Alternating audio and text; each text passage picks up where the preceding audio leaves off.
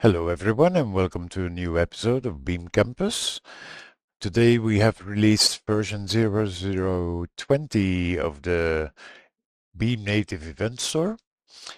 For this release we have been focusing on auto discovery, load balancing and cluster failure handling. And automating Capri membership. So you won't have to provide any connect to endpoints or connect to nodes or whatever. It's automatically discovered using libcluster. As a bonus, we have also released ExESDB Gator, which is a separate container. And it provides a Beam native API for accessing the event store. Also, that one is equipped with automatic ExESDB cluster discovery. So next to an API, it also provides a load balancing capability by distributing workers all over the cluster. As a spin-off and an extra bonus, we have created an additional package called Beam Campus Utilities, which is just a collection of novelty utilities or useful stuff. All right, so let's quickly go to the demo or our demo environment. And let's spin up a basic cluster of 3 nodes. So there we go. I quickly have to enter my password, like so.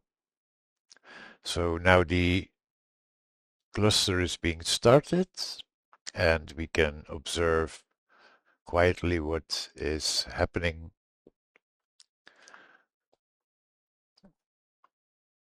So let's, okay.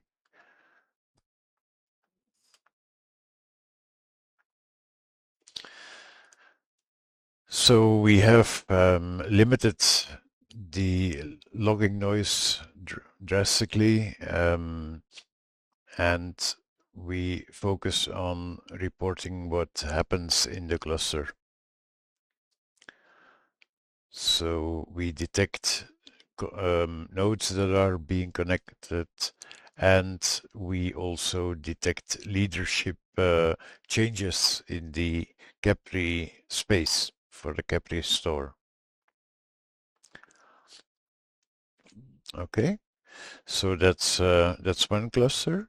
Maybe it's okay if we also spin up our gateway. So our gateway service. That one should come up right now. So let's have a look what's happening in our cluster. So a leader is elected. The cluster is stable. And now maybe we can try and add 2 more nodes and extend our cluster.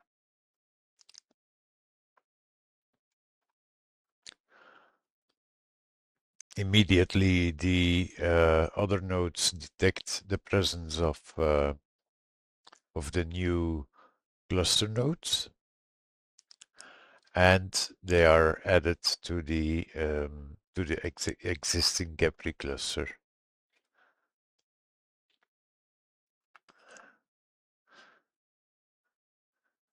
Of course, it takes a little bit of negotiation, but all in all, it happens quite quickly, and the cluster stabilizes.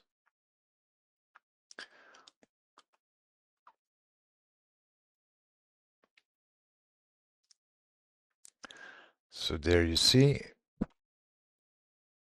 Okay, so we have our leader node, which is node 0, and we have the 2 added or the extended nodes. So maybe now we can stop our leader and see what happens.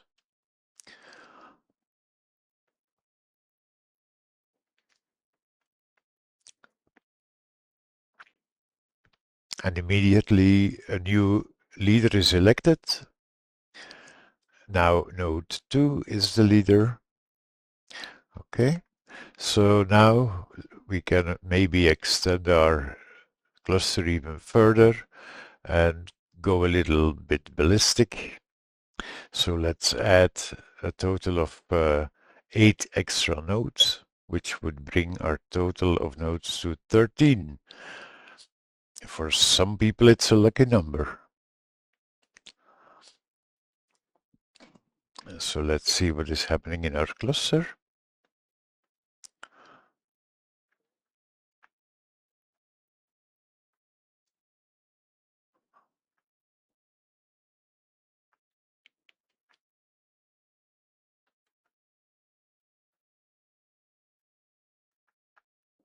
Quite a lot of negotiation going on, but we still have our leader node and the others join the cluster one by one. The important thing is that we don't have a split brain situation. So we only have one leader in the cluster. And this is looking quite healthy. All right. I will not be waiting for all the other nodes to join. I believe we have demonstrated the most important part, which is auto-discovery and auto-clustering. So now we have a really massive, well, not really massive, it can always be bigger, but for this small laptop I'm working on, we have a cluster of 30 nodes, which is impressive.